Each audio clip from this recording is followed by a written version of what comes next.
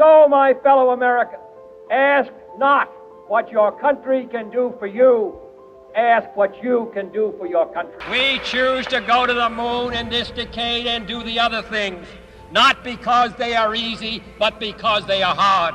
I am happy to join with you today in what will go down in history as the greatest demonstration for freedom in the history of our nation. The only thing we have to fear is fear itself. No dictator, no combination of dictators will weaken that determination by threats of how they will construe that determination. But tonight, because of what we did on this day, at this defining moment, change has come to America. The world will little note nor long remember what we say here, but it can never forget what they did here. Freedom means the supremacy of human rights everywhere. This nation, under God, shall have a new birth of freedom, and that government of the people, by the people, for the people, shall not perish from the earth. The vast stretches of the unknown and the unanswered and the unfinished still far outstrip our collective comprehension. No man can fully grasp how far and how fast we have come. But condense, if you will, the 50,000 years of man's recorded history in a time span of but a half a century. Stated in these terms, we know very little about the first 40 years, except at the end of them, advanced man had learned to use the skins of animals to cover them. Then about 10 years ago, under this standard, man emerged from his caves to construct other kinds of shelter. Only 5 years ago, man learned to write and use a cart with wheels. Christianity began less than 2 years ago. The printing press came this year. And then less than 2 months ago, during this whole 50-year span of human history, the steam engine provided a new source of power. Newton explored the meaning of gravity. Last month, electric lights and telephones and automobiles and airplanes became available. Only last week did we develop penicillin and television and nuclear power.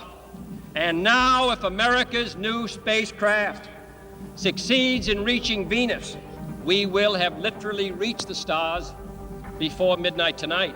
This is a breathtaking pace, and such a pace cannot help but create new ills as it dispels old. New ignorance, new problems, new dangers. Surely the opening vistas of space promise high costs and hardships, as well as high reward. So it is not surprising that some would have us stay where we are a little longer, to rest, to wait. But this city of Houston, this state of Texas, this country of the United States was not built by those who waited and rested and wished to look behind them. We choose to go to the moon in this decade and do the other things, not because they are easy, but because they are hard. Because that goal will serve to organize and measure the best of our energies and skills. Because that challenge is one that we're willing to accept, one we are unwilling to postpone, and one we intend to win, and the others too. And I think that we must pay what needs to be paid. I don't think we ought to waste any money, but I think we ought to do the job. And this will be done in the decade of the 60s. It may be done while some of you are still here at school at this college and university. It will be done during the terms of office of some of the people who sit here on this platform. But it will be done, and it will be done before the end of this decade. And I am delighted that this university is playing a part in putting a man on the moon as part of a great national effort of the United States of America. I believe we possess all the resources and talents necessary. But the facts of the matter are that we have never made the national decisions or marshaled the national resources required for such leadership. We have never specified long-range goals on an urgent time schedule or managed our resources and our time so as to ensure their fulfillment. I therefore ask the Congress, above and beyond the increases I have earlier requested for space activities, to provide the funds which are needed to meet the following national goals. First, I believe that this nation should commit itself to achieving the goal, before this decade is out, of landing a man on the moon and returning him safely to the earth. My friends, this is a day of national consecration, and I am certain that on this day my fellow Americans expect that on my induction into the presidency, I will address them with a candor and a decision which the present situation of our people impels. This is preeminently the time to speak the truth, the whole truth, frankly and boldly. Nor need we shrink from honestly facing conditions in our country today. This great nation will endure as it has endured, will revive and will prosper. So first of all, let me assert my firm belief that the only thing we have to fear is fear itself.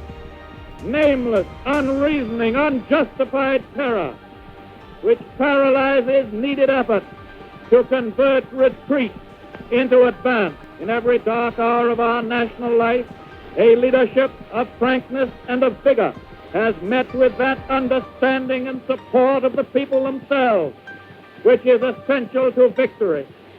And I am convinced that you will again give that support to leadership in these critical days. This nation has placed its destiny in the hands, heads, and hearts of its millions of free men and women, and its faith in freedom under the guidance of God. Freedom means the supremacy of human rights everywhere. Our support goes to those who struggle to gain those rights and keep them. Our strength is our unity of purpose to that high concept. There can be no end save victory. We have furnished the British great material support, and we will furnish far more in the future. There will be no bottlenecks in our determination to aid Great Britain. No dictator, no combination of dictators will weaken that determination by threats of how they will construe that determination. This nation is making a great effort to produce everything that is necessary in this emergency, and with all possible speed. This great effort requires great sacrifice.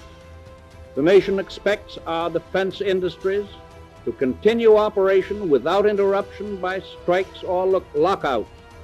It expects and insists that management and workers will reconcile their differences by voluntary or legal means to continue to produce the supplies that are so sorely needed. We must be the great arsenal of democracy.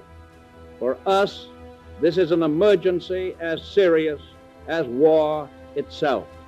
77 years ago, our fathers brought forth upon this continent a new nation, conceived in liberty and dedicated to the proposition that all men are created equal. Now, we are engaged in a great civil war, testing whether that nation or any nation so conceived and so dedicated can long endure. We are met on a great battlefield of that war. We have come to dedicate a portion of that field as a final resting place for those who here gave their lives that that nation might live. It is altogether fitting and proper that we should do this. But in a larger sense, we cannot dedicate. We cannot consecrate. We cannot hallow this ground. The brave men, living and dead, who struggled here have consecrated it far above our poor power to add or detract. The world will little note nor long remember what we say here, but it can never forget what they did here. It is for us, the living rather, to be dedicated here, to the unfinished work which they who fought here have thus far so nobly advanced. It is rather for us to be here dedicated to the great task remaining before us, that from these honored dead we take increased devotion to that cause for which they here gave the last full measure of devotion, that we here highly resolve that these dead shall not have died in vain. This nation, under God, shall have a new birth of freedom, and that government of the people, by the people, for the people, shall not perish from the earth. 50 years ago, a great American in whose symbolic shadow we stand today signed the Emancipation Proclamation. This momentous decree came as a great beacon light of hope to millions of Negro slaves who had been seared in the flames of withering injustice. It came as a joyous daybreak to end the long night of their captivity. But 100 years later, the Negro still is not free. 100 years later, the life of the Negro is still sadly crippled by the manacles of segregation and the chains of discrimination. 100 years later, the Negro lives on a lonely island of poverty. I have a dream that one day this nation will rise up and live out the true meaning of its creed. We hold these truths to be self-evident, that all men are created equal. Sons of former slaves and the sons of former slave owners will they be able to sit down together at the table of brotherhood. I have a dream that one day, even the state of Mississippi, a state sweltering with the heat of injustice, sweltering with the heat of oppression, will be transformed into an oasis of freedom and justice. I have a dream. If there is anyone out there who still doubts that America is a place where all things are possible, who still wonders if the dream of our founders is alive in our time, who still questions the power of our democracy, tonight is your answer.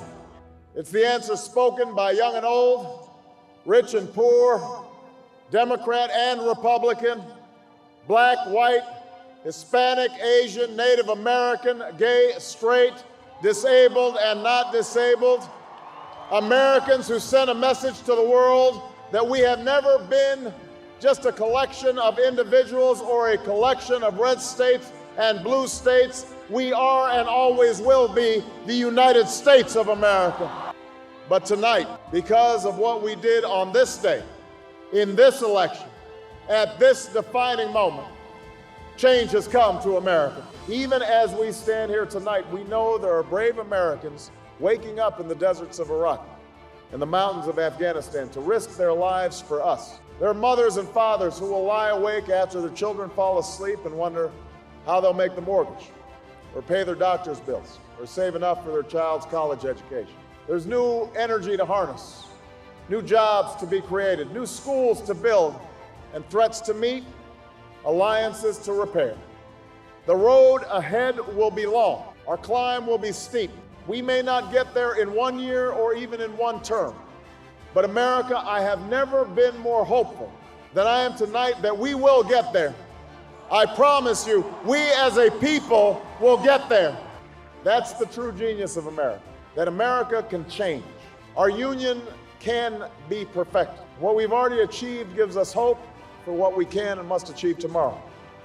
There are many stories that will be told for generations, but one that's on my mind tonight is about a woman who cast her ballot in Atlanta. She is a lot like the millions of others who stood in line to make their voice heard in this election, except for one thing. Ann Nixon Cooper is 106 years old. She was born just a generation past slavery, a time when there were no cars on the road or planes in the sky, when someone like her couldn't vote for two reasons: because she was a woman and because of the color of her skin. And tonight, I think about all that she's seen throughout her century in America, the heartache and the hope, the struggle and the progress, the times we were told that we can't, and the people who pressed on with that American creed, yes, we can. At a time when women's voices were silenced and their hopes dismissed, she lived to see them stand up and speak out and reach for the ballot. Yes, we can. When there was despair in the Dust Bowl and depression across the land, she saw a nation conquer fear itself with a new deal, new jobs, a new sense of common purpose. Yes, we can. When the bombs fell on our harbor and tyranny threatened the world, she was there to witness a generation rise to greatness and a democracy was saved. Yes, we can. She was there for the buses in Montgomery, the hoses in Birmingham, a bridge in Selma, and a preacher from Atlanta who told the people that we shall overcome. Yes, we can. A man touched down on the moon. A wall came down in Berlin. A world was connected by our own science and imagination. And this year, in this election, she touched her finger to a screen and cast her vote. Because after 106 years in America, through the best of times and the darkest of hours, she knows how America can change. Yes, we can. Many years ago, the great British explorer George Mallory, who was to die on Mount Everest, was asked why did he want to climb it. He said, because it is there. Well, space is there, and we're going to climb it.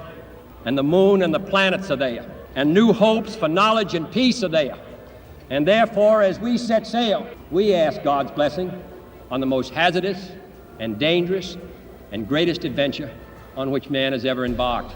In this dedication of a nation, we humbly ask the blessing of God. May He protect each and every one of us. May He guide me in the days to come.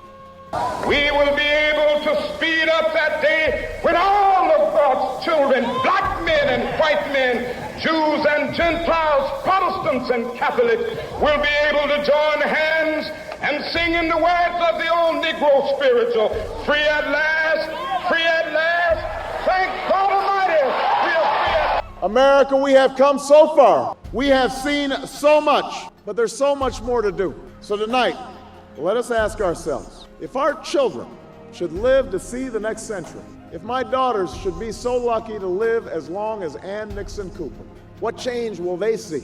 What progress will we have made? This is our chance to answer that call. This is our moment. This is our time to put our people back to work and open doors of opportunity for our kids, to restore prosperity and promote the cause of peace, to reclaim the American dream and reaffirm that fundamental truth that out of many we are one, that while we breathe, we hope, and where we are met with cynicism and doubt and those who tell us that we can't, we will respond with that timeless creed that sums up the spirit of a people. Yes, we can. Thank you. God bless you, and may God bless the United States of America.